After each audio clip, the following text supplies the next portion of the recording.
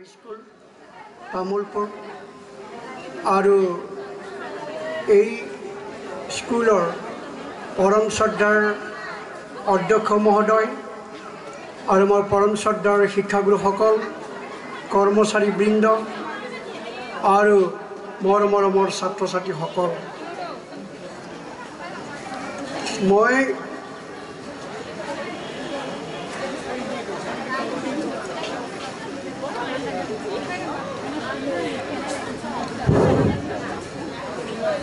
খুব বেছি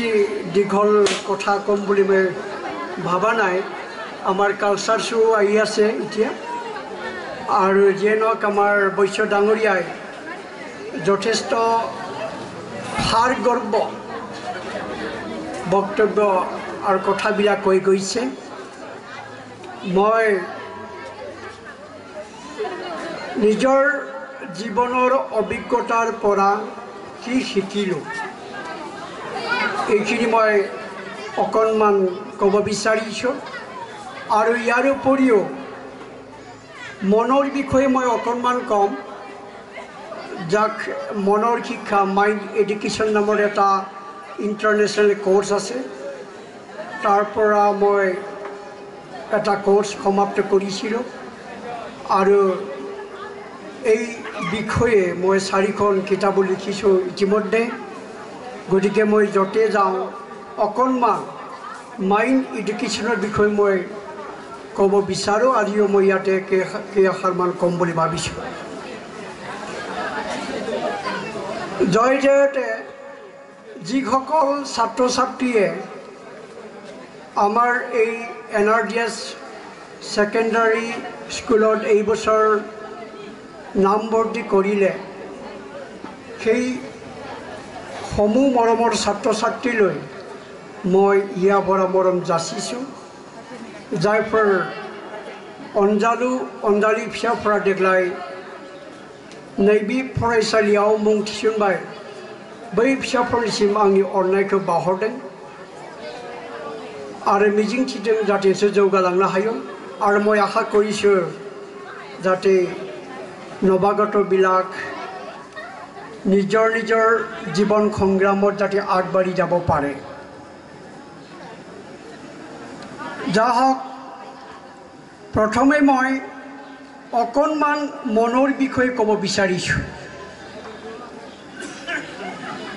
মই মাইণ্ড এডুকেশ্যন শিক্ষা গ্ৰহণ কৰাৰ সময়ত গম পালোঁ যে যেনেকৈ mind education means it is a scientific study of the mind আৰু মনৰ শিক্ষাৰ উদ্দেশ্য the objective of mind education is it tries to bring lasting happiness and lasting sense in the mind of the people এটা কথাটো হ'ল কি আমি আমাৰ মনটোক দেখা নাপাওঁ কাৰেণ্টক আমি দেখা নাপাওঁ বিদ্যুৎ শক্তি দেখা নাপাওঁ বায়ুক দেখা নাপাওঁ ভগৱানক আমি দেখা নাপাওঁ পৃথিৱীৰ মধ্যাকাশখনক আমি দেখা নাপাওঁ প্ৰেম প্ৰীতিক আমি দেখা নাপাওঁ কিন্তু এইবিলাকক যদিও আমি দেখা নাপাওঁ ইহঁতৰ মাজত অসীম শক্তি লুকাই থাকে যিবিলাক বস্তুক আমি সদায় দেখোঁ আমি দেখি থকা বস্তুবিলাকতকৈ নেদেখা বস্তুবিলাকৰ শক্তি অসীম আমি মনক দেখা নাপাওঁ কিন্তু এই আমাৰ মনত অসীম শক্তি লুকাই থাকে जोंनि गोसोखौ जों नुवाब्ला नाथाय जोंनि गोसोआव गोबां गोहो बोलाय सिखोमानानै थायो এই মনৰ বলতে মানুহে নতুন নতুন তথ্য আবিষ্কাৰ কৰিছে বস্তু আবিষ্কাৰ কৰিছে কবিতা গল্প প্ৰবন্ধ আবিষ্কাৰ কৰিছে এই মনৰ শক্তি আমি আমাৰ মনটোক যদিও দেখা নাপাওঁ কিন্তু আমাৰ কৰ্মকাণ্ডবিলাকৰ মাজেদি আমাৰ মনটো কেনেকুৱা এই মনটো ধনাত্মক নে মানে ঋণাত্মক, whether our mind is positive or negative, whether our mind is beautiful or not beautiful, whether our mind is constructive or destructive, এই কথাবিলাকক আমি উপলব্ধি কৰিব পাৰোঁ। তাৰ মানে কি, আমাৰ মনটো যদি বেয়া হয় তেতিয়াহ'লে আমাৰ সমস্ত কৰ্মকাণ্ডবিলাক, আমাৰ ব্যৱহাৰবিলাক বেয়া হৈ যায়। আমাৰ মনত যিবিলাক চিন্তা চলি থাকে সেই ধৰণেহে আমাৰ उन्नति হ'ব পাৰে, অধোগতি হ'ব পাৰে। गोसोनि साननायनि सायावसो सोनारगोन जों जौगागोन ना जौगाया आरो जों माबादि मानसि। तो আমি আমার মনটোক যদিও দেখা নাপাওঁ, আমি আৰু এটা উপলব্ধি কৰিব পাৰোঁ এই মানুহজনৰ মনটো শক্তিশালী হয়নে নহয়, বা মোৰ মনটো শক্তিশালী হয়নে নহয়, আমি অলপমান বিশ্লেষণ কৰিলে গম পাওঁ। মোৰ মনত যদি সদায় এটা উপলব্ধি হয় মই ভাল মানুহ হ'ব নোৱাৰিম, মই প্ৰফেচাৰ হ'ব নোৱাৰিম,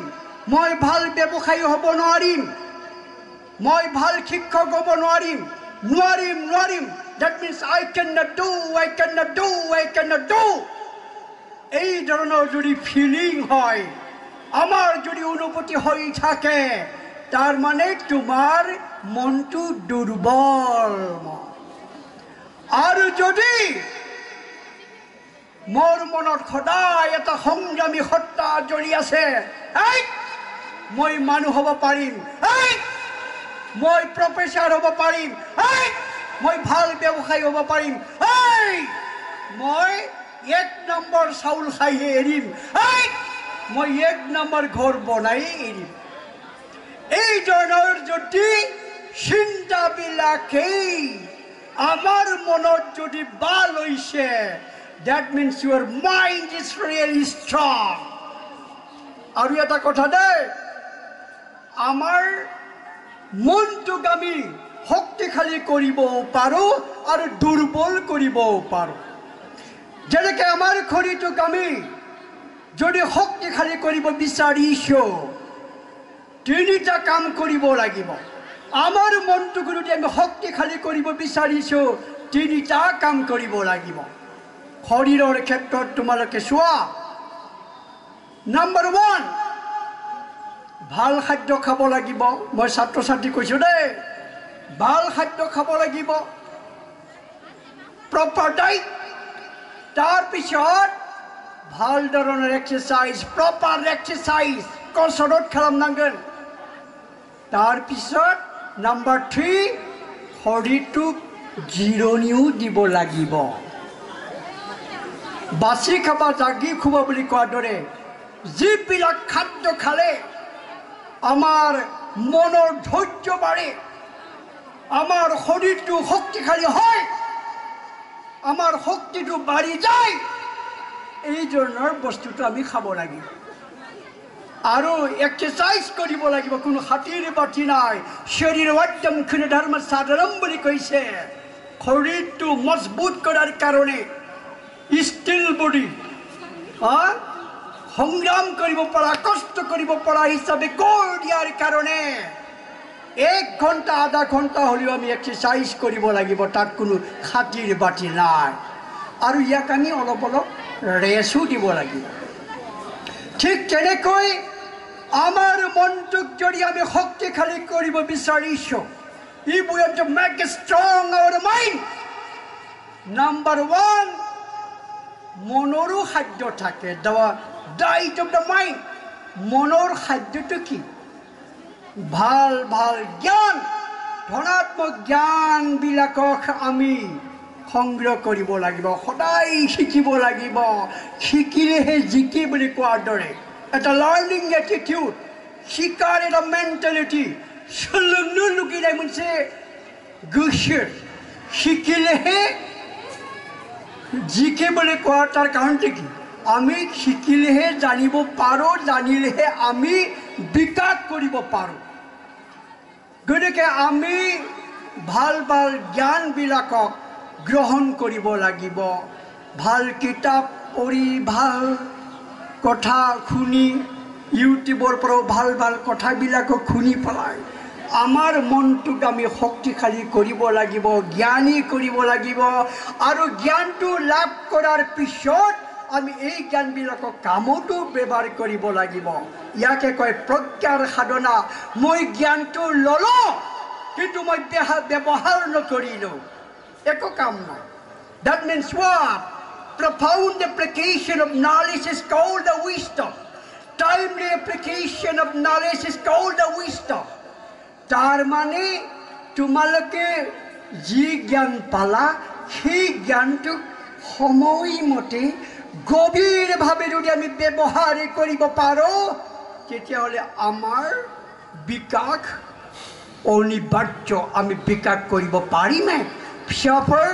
जों गियानखौ लानानै सोलोंथायखौ लानानै जोङो खामानियाव बाहायनांगोन तो मनर खाद्य ভাল ভাল জ্ঞানবিলাক হ'ল মনৰ খাদ্য তাৰ পিছত হ'ল দ্বিতীয়তে আমি মনৰ ব্যায়ামটো কি the exercise of the mind আমি কাক কওঁ এয়া হ'ল কি জানানে যিবিলাক টান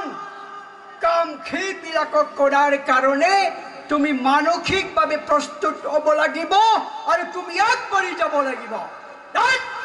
ইংৰাজী কি বস্তুহে মই তাক শিকি এৰিম চালা বাই হুক এণ্ড বাই ক্ৰুক যিকোনো উপায় মই ইংৰাজী শিকিম ইংৰাজী জানিলে বুলি চাকৰি পায় ইংৰাজী এইটো আন্তৰ্জাতিক ভাষা আৰু গ্লোবেলাইজেশ্যন এটা লেংগুৱেজ ইণ্টাৰনেশ্যনেল লেংগুৱেজ মই ইংৰাজী শিকিম নাই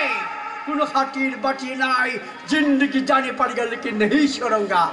এই জন্য কিছুমান সৰু সৰু যে আমি প্ৰতিজ্ঞা লওঁ নহয় এইবিলাকো আমাক বিকাশ কৰাত সহায় কৰে বিকাশ কৰাত ঐ ময়ো ইংৰাজী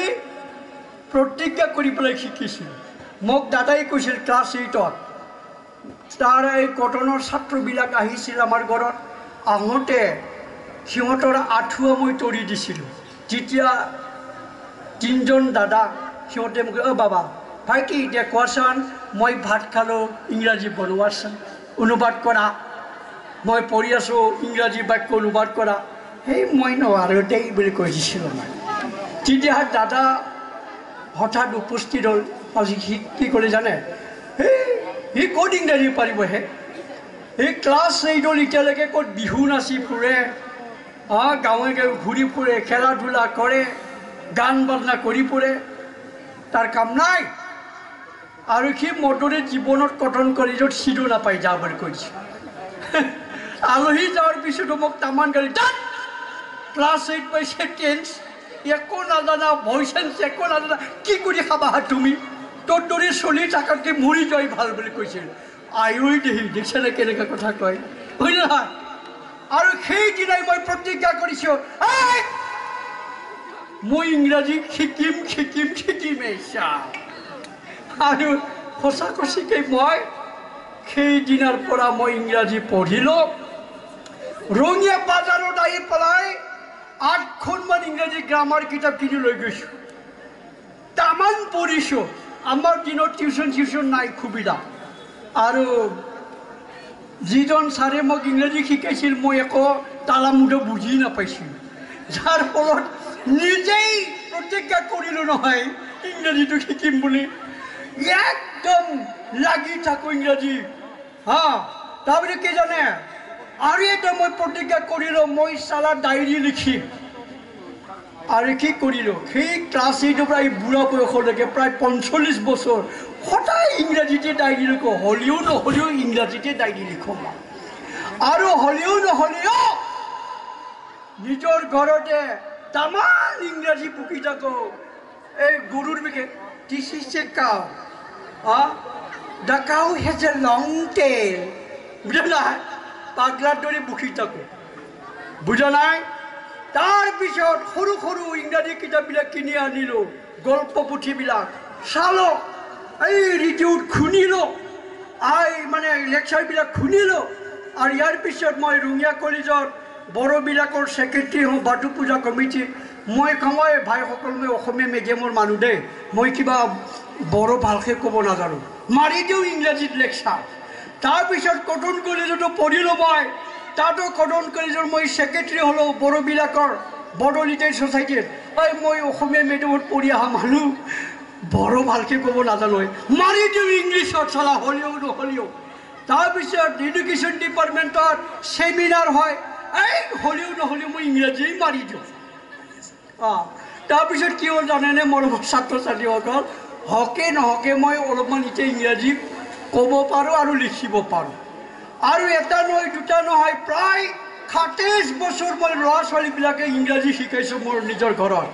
আৰু বহুতক বিনা পইচাত দুখীয়াবিলাকক এতিয়াও মই বিনা পইচাত দুটা গ্ৰুপ দুখীয়া ছোৱালীবিলাকক ইংৰাজী শিকাই আছোঁ এই যে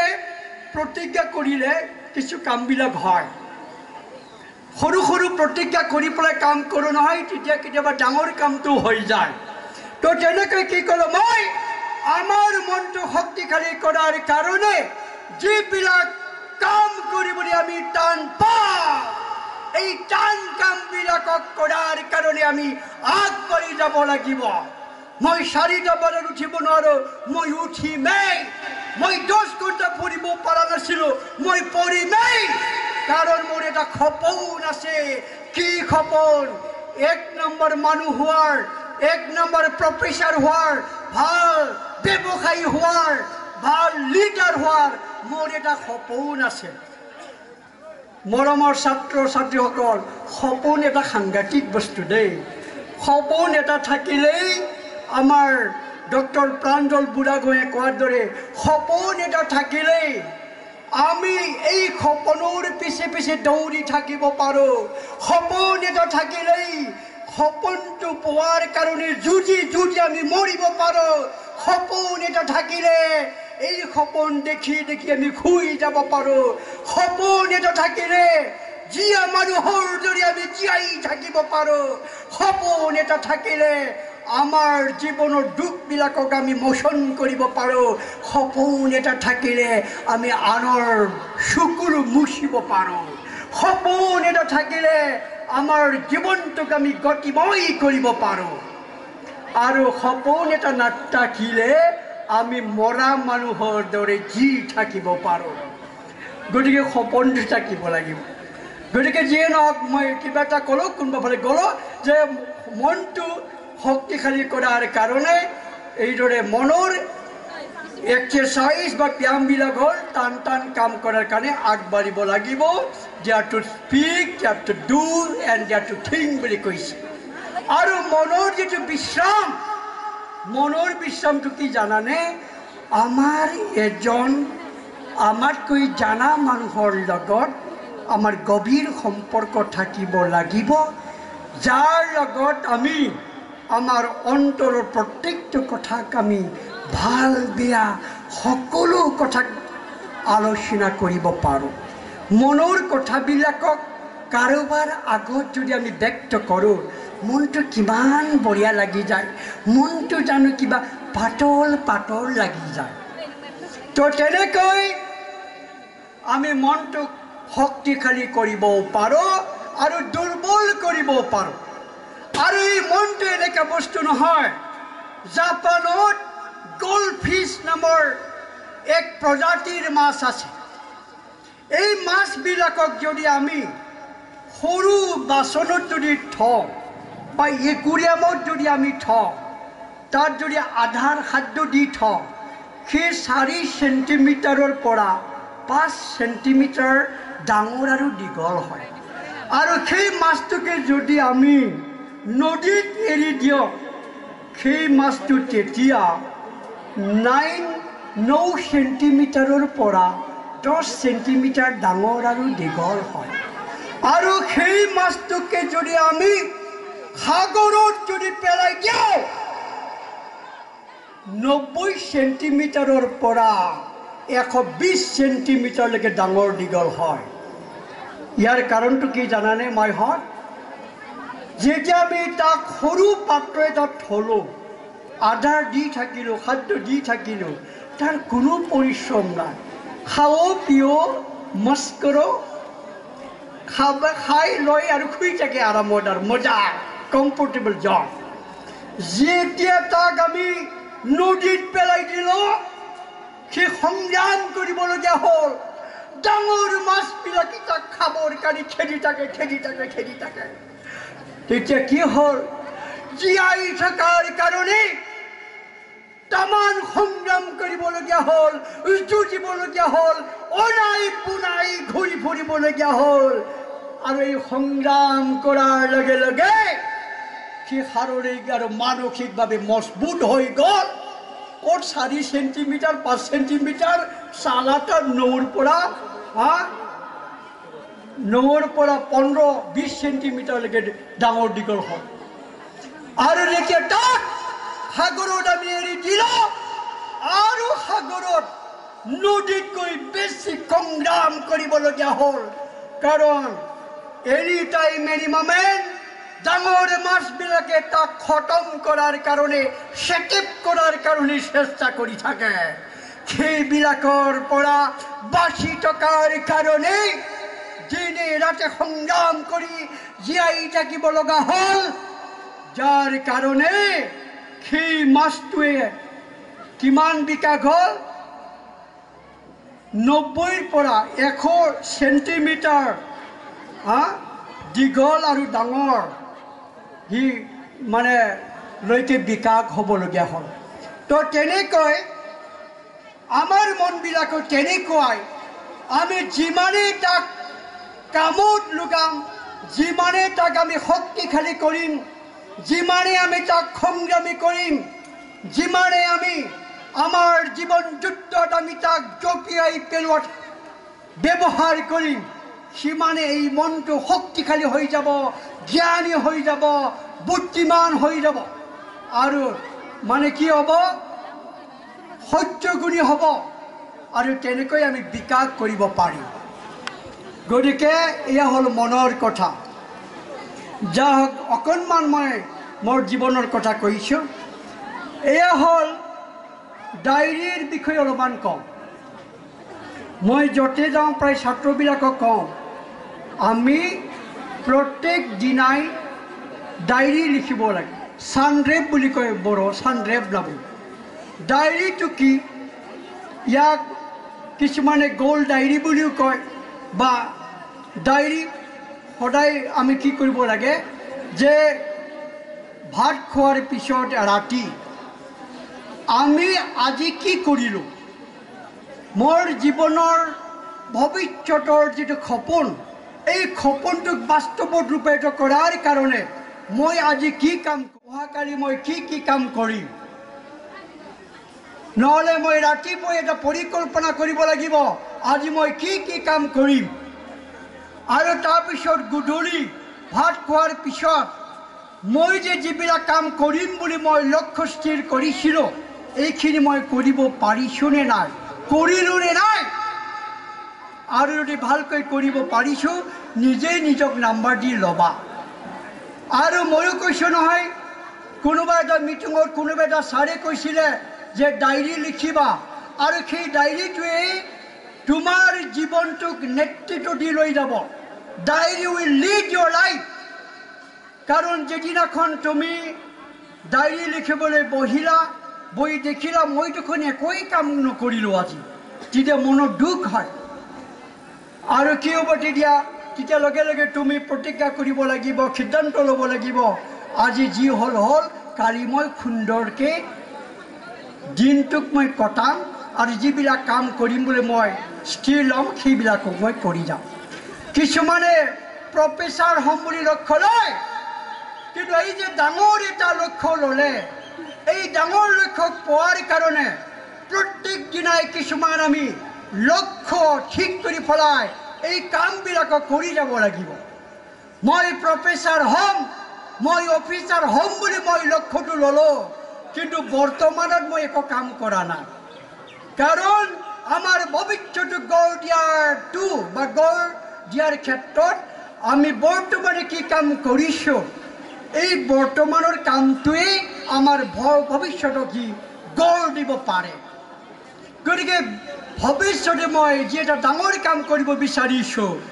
এই কামটোক পোৱাৰ কাৰণে আজি মই কি কৰিলোঁ whatever I have done today to achieve my goal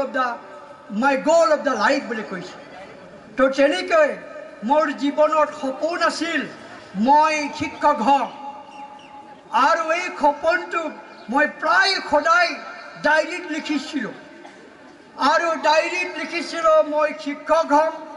শিক্ষক হৈ পেলাই এনে কাম কৰিম আৰু মই কিন্তু এটা কথা কিহৰ শিক্ষক হ'ম হাইস্কুলত নে কলেজত এইটো মই কথা সিদ্ধান্ত লোৱা নাছিলোঁ আৰু পণ্ডিতবিলাকেও কৈ গৈছে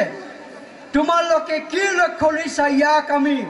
সদায় ডায়েৰীত লিখিব লাগে বা এটা নোটবুকত লিখি পেলাই পকেটত লৈ ফুৰিব লাগে টেবুলত লিখিব লাগিব আৰু ভিজুৱেলাইজেশ্যন কৰিব লাগিব যেনেকৈ মই যদি প্ৰফেচাৰ হ'ম বুলি ভাবিছোঁ মই শুই শুই ভাবিব লাগিব যেন মই প্ৰফেচাৰ হৈ পেলাই ক্লাছত শিকাই আছোঁ ছাত্ৰবিলাকক শিকাই আছোঁ that is called the visualisation তো তেনেকৈ ডায়েৰী লিখিলে কি হয় আমি নিজৰ ভুলবিলাকক শুধৰাব পাৰোঁ আৰু শুধৰাই পেলাই আমি আমাৰ জীৱনটোক সঠিক পথত আমি লৈ যাব পাৰোঁ আৰু প্ৰত্যেক দিনে আমি নতুন নতুন কথা শিকিব লাগিব জ্ঞান শিকিব লাগিব ইয়াকে কয় ইনক্ৰিমেণ্টেল প্ৰগ্ৰেশ্যন কাৰণ আমি যদি জীৱনত সফলতা লাভ কৰিব বিচাৰিছোঁ তেতিয়াহ'লে আমি বিকাশ কৰিবই লাগিব উই মাষ্ট এবল টু গ্ৰ' মই যদি নাচনী হ'ব বিচাৰিছোঁ বিশ্ববিখ্যাত যদি নাচনী বা ভাৰত বিখ্যাত যদি নাচনী হ'ব বিচাৰিছোঁ তেতিয়াহ'লে নাচনীৰ বিষয়ে মই সদায় অলপ অলপ জ্ঞান শিকিব লাগিবই তাত কোনো খাতিৰ বাতি নাই তো তেনেকৈ আমি আগবাঢ়ি যাব লাগিব আৰু গতিকে মই যিখিনি অকণমান জীৱনত সফলতা লাভ কৰিছোঁ এইবিলাক হ'ল এটা চেলেঞ্জিং মাইণ্ড লৈ পেলাই যেনেকৈ মই প্ৰতিজ্ঞা কৰিছিলোঁ যে ইংৰাজী শিকিম মোটামুটিভাৱে অলপমান শিকিলোঁ মই কবিতা লিখিম বুলি ভাবিছিলোঁ মই তামান কবিতা লিখিলোঁ এবাৰ বড়োবিলাকৰ ওলাহামৰ ভিতৰত মই প্ৰথম পুৰস্কাৰো পাইছিলোঁ আৰু তাৰপিছত মই গল্প লিখিম বুলি ভাবিছিলোঁ সিদ্ধান্ত লৈছিলোঁ বহুত গল্প লিখিলোঁ উপন্যাস লিখিলোঁ মটিভেশ্যনেল বুক লিখিলোঁ মাইণ্ডৰ ওপৰত কিতাপ লিখিলোঁ কিবা কিবি মই শিকিলোঁ তাৰমানে শিকিলে জিকি বুলি কোৱাৰ দৰে আমাৰ বহুত ছাত্ৰ ছাত্ৰীবিলাকে স্কুলত আহে কিন্তু একো শিকি নাযায় স্কুলত আহিলে সদায় এটা মন লৈ আহিব লাগিব मोनसे गोसो लाना फैनांगोन दा आं माइबा नङा माइबा मोनसे सिखायना फैगोन আজি পলিটিকেল ছাৰে কি কয় পুৰা মই শিকি যাওঁ আমাৰ চকু দুটা আৰু কাণটো পুৰা থিয়কৈ আমি আনিব লাগিব সজাগ কৰি আনিব লাগিব মই কিবা এটা শিকি যাওঁ বহুতে ক্লাছত 4টা 5টা ক্লাছ কৰি যায় তাৰপিছত ঘৰত যদি মই কি শিকিলোঁ বুলি ভাবোঁ 0 একোৱেই শিকা নাই তে কিবা নহয় কিবা শিকিম বুলি আহিব লাগিব আৰু সদায় নতুন নতুন কথা শিকিব লাগিব আৰু মই কি শিকিলোঁ সদায় মূল্যাংকন কৰিব লাগিব নিজকে মূল্যাংকন কৰিব লাগিব মই যিবিলাক কাম কৰি আছোঁ সেই কামবিলাকৰ দ্বাৰা মই উন্নতি কৰিব পাৰিম নে নাই এইটো আমি নিজকে মূল্যাংকন কৰিব লাগিব আৰু কেৱল চাকৰিৰ কাৰণে ধান্দা নকৰিবা যেনেকৈ আমেৰিকা চাইনা জাপানৰ মানুহবিলাকে চাকৰি চিন্তা কৰি পেলাই নপৰে আনক চাকৰি দিয়াৰ কথাই চিন্তা কৰে গতিকে চাকৰি নাপালে মাথা মাৰি মাৰি জীয়াই থাকি লাভ নাই দুনিয়াত বহুত কাম আছে ব্যৱসায় বাণিজ্য আদি কৰি বহুত হাতৰ কাম আছে মুঠৰ এই মূল্যৱান জীৱনটোক আমি এনেই আমি কি কৰিব নালাগে শেষ কৰিব নালাগে সদৌ শেষত মই এটা কথা ক'লোঁ মৰমৰ ছাত্ৰ ছাত্ৰীসকল জীৱনত যদি সফল লাভ কৰিব বিচাৰিছা তোমালোকৰ কোনোবা নহয় কোনোবা এজন পৰম শ্ৰদ্ধাৰ এজন মেণ্টৰ বা গুৰু থাকিব লাগিব আৰু সেই গুৰুজনৰ লগত আমি গভীৰভাৱে কানেকশ্যন ৰাখিব লাগিব আৰু এই গুৰুজনে গুৰুজনৰ লগত যিকোনো কথা পাতিব পাৰিব লাগিব, তেতিয়া সেই গুৰুজনে তোমাক বাট দেখুৱাই লৈ যাব। কিন্তু আমাৰ বহুত ছাত্ৰ ছাত্ৰী আজিকালি দেখা পাইছোঁ যে শিক্ষকসকলৰ লগত কোনো ৰিলেশ্যন নাই, এনেই ওপৰুৱাকৈ ছুপাৰফিচিয়েল ৰিলেশ্যনশ্বিপ। মেডাম আহিলানে, গুড মৰ্ণিং মেডাম, ক্লাছত অলপমান বহি থাকিলা, তাৰপিছত কোনো খাতিৰ বাতি নাই। এই ধৰণৰ খাতিৰ বাতিৰ নোহোৱা যিটো কানেকশ্যন, ইয়াৰ দ্বাৰা আমাৰ কোনো বিকাশ নহয়। গতিকে মই উপলব্ধি কৰিছোঁ যে আমি যিকোনো ক্ষেত্ৰত যদি আমি বিকাশ কৰিব বিচাৰিছোঁ, সেই ক্ষেত্ৰত জানা মানুহৰ লগত আমাৰ গভীৰ সম্পৰ্ক আৰু গোথौ सोमोन्दोखौ जोङो लाखिनो हानांगोन। गतिके তেনেকৈ বহুত গৰম হৈছে, মই এইখিনি ক'লোঁ যে সদৌ শেষত NRDS কলেজ ছিনিয়ৰ ছেকেণ্ডাৰী স্কুলৰ যিসকল নৱাগত আৰু যিসকল পুৰণা ছাত্ৰ ছাত্ৰীসকল, সমূহ ছাত্ৰ ছাত্ৰী যাতে ভৱিষ্যত উজ্জ্বল হয়, মংগলময় হয়, ইয়াকে কামনা কৰি আৰু NRDS হায়াৰ ছিনিয়ৰ ছেকেণ্ডাৰী স্কুলৰ কৰ্তৃপক্ষই আজি এই শুভ মুহূৰ্তত মোক নিমন্ত্ৰণ কৰি আনি দুআষাৰ কোৱাৰ কাৰণে যি সুযোগকণ দিলে, তাৰ বাবে ধন্যবাদ জ্ঞাপন কৰি মোৰ বক্তব্য সামৰিছোঁ। নমস্কাৰ। ধন্যবাদ স্বৰ্গীয়